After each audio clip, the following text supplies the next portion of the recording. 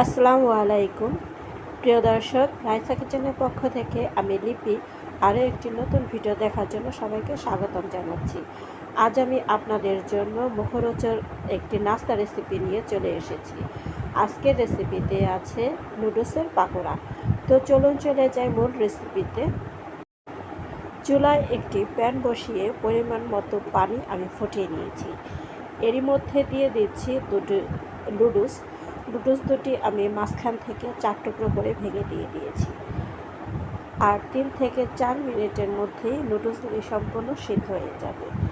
তো আমার নুডলসটা সিদ্ধ হয়ে গেছে। আমি কিন্তু খুব বেশি সিদ্ধ করিনি, হালকা একটু সিদ্ধ করে নিয়েছি। তো এবার আমি একটি ছাঁকনির সাহায্যে সম্পূর্ণ নুডলসগুলি তুলে নিচ্ছি।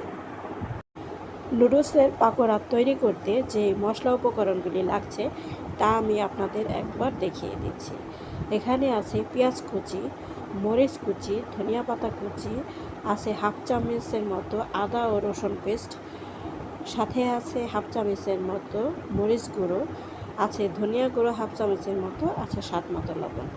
এবার আমি নুডলসগুলি দিয়ে ভালো করে মশলার সাথে মাখিয়ে নিচ্ছি। এবার আমি সিদ্ধ করা নুডলসের সাথে সম্পূর্ণ মশলাগুলি ভালো করে মেখে নিচ্ছি। আর সাথে দিয়ে দিচ্ছি 1 প্যাকেট নুডলসের মশলা। দিয়ে দিচ্ছি বড় সাইজের একটি ডিম। এখানে ডিমটা আপনারা চাইলে দুটো ব্যবহার করতে পারেন। তো আমি একটি ডিম দিয়ে এখানে নুডলসের পাকোড়াটা তৈরি করে আপনাদের দেখিয়ে দিচ্ছি। তো ভালো করে সব কিছু একই সাথে মিশিয়ে নিচ্ছি। নুডলসটা ভালো করে আমি সম্পূর্ণ মাখিয়ে নিয়েছি। এবার আমি দিয়ে দিচ্ছি এখানে ময়দাটা আমি হাফ কাপের মতো নিয়েছি।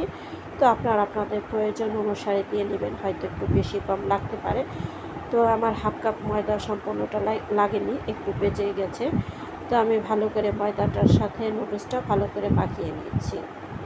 এই তো হাতের সাহায্যে আমি একটি চপ বানিয়ে আপনাদের দেখিয়ে দিলাম। আর ময়দাটা দিলে একটু আঠালো আঠালো ভাব হবে, আর একটি চপ তৈরি করতেও সহজ হবে। আর সাথে দিয়ে দিচ্ছি আমি 1 টেবিল চামচের মতো সয়া সস। এটা আপনারা থাকলে ব্যবহার করবেন, আর না থাকলে আপনি সয়া সসটা স্কিপ করে যাবেন। তো আমি এবারও ভালো করে মাখিয়ে নিয়েছি। চুলায় একটি ফ্রাই প্যান বসিয়ে আমি পরিমাণ মতো তেল গরম করে নিয়েছি। এবার আমি দিয়ে দিচ্ছি সেই নুডলসের চপগুলি। তো আমি এখানে চপগুলি দিয়ে দিচ্ছি, আর গরম তেলের মধ্যে খুব সাবধানে চপগুলি দিতে হবে, যাতে করে হাতে লেগে না যায়, সেদিকে খেয়াল রাখবেন। তো আমি এখানে কিছুটা চপ দিয়ে দিয়েছি।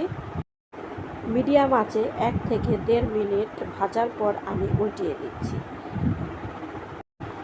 এপিট ওপিট করে খুব সুন্দর করে একটু সময় নিয়ে লাল লাল করে ভেজে নিতে হবে।